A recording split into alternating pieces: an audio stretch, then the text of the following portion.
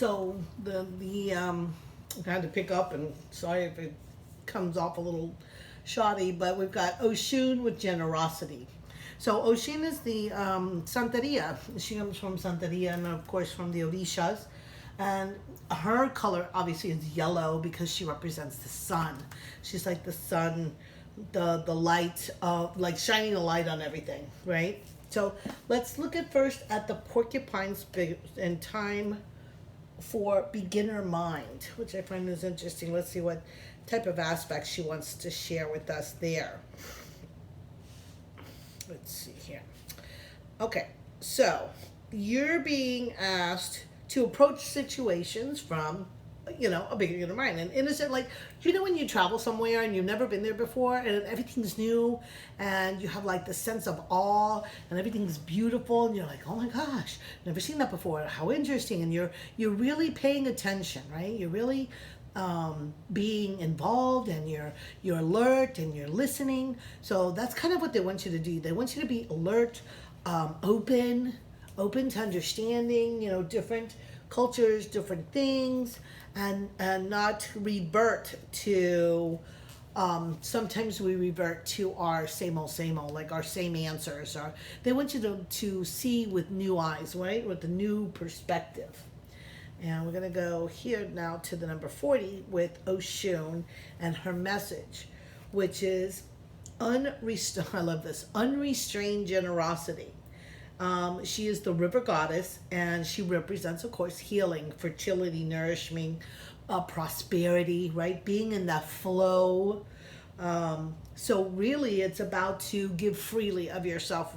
Again, we were talking about this earlier, right? When we give, right, joyously of ourselves, right, where we can give is be of service.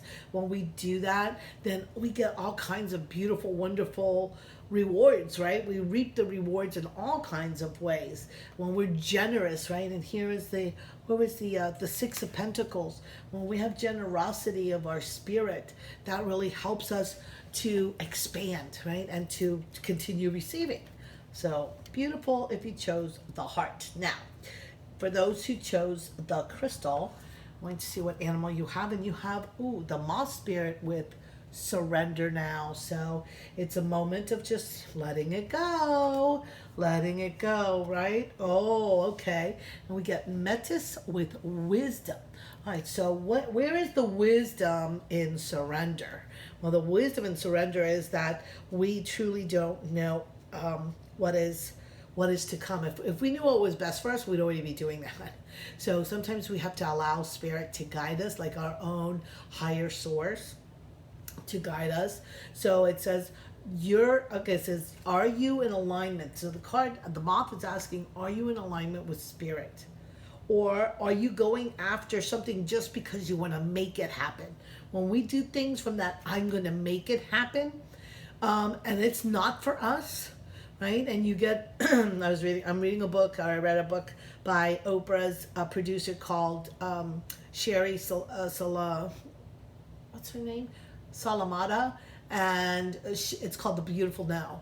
So when we receive this no from the universe, like, no, this is not for you, are we like, well, we don't care, we're just going to go for it? Or do you understand that if it's not no now, maybe there's something better. Maybe this is not for you.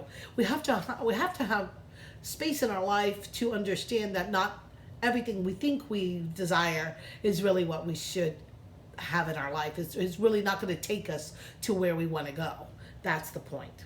So let's look at Metis. I'm not very familiar with this goddess. I've heard about her, and I know she works on the memory, if I'm not mistaken. But let's see. She is the Greek goddess of wisdom. Okay. So Metis says, you know exactly what to do in your current circumstances. So when we surrender, we know we're doing the right thing, right? The real question is, do you have the courage and commitment to make a wise choice? So here, would you have the courage to surrender? Like, that's what they're asking you. Do you have courage to do that? So you're really being told to look within to get that answer from within yourself. That you are this extremely powerful being, and it takes courage. It takes wisdom and courage to be able to surrender. Right?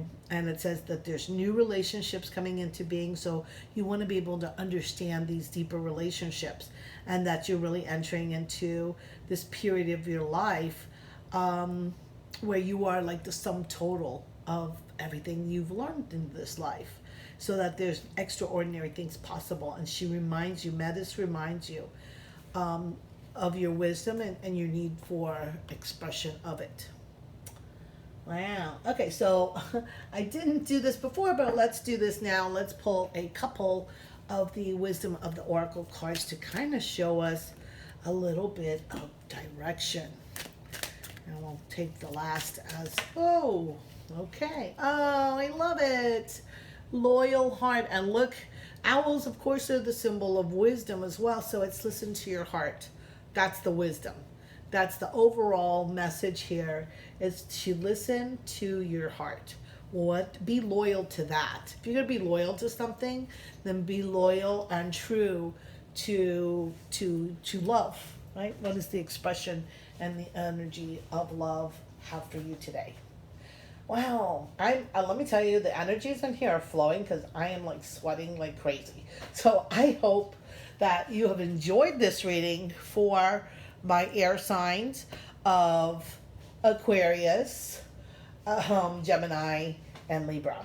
And I hope you have a fantastic, fantastic month of July. And if you would like to have your own spread, your own reading, your own beautiful messages given to you, then go ahead and hit any of the links below, akashicinspirations.com, akashicinspirations at Gmail, if you want to send me an email, get on my email list. And you can also send me a message via Facebook or Instagram. So I'm sending you many blessings. Namaste.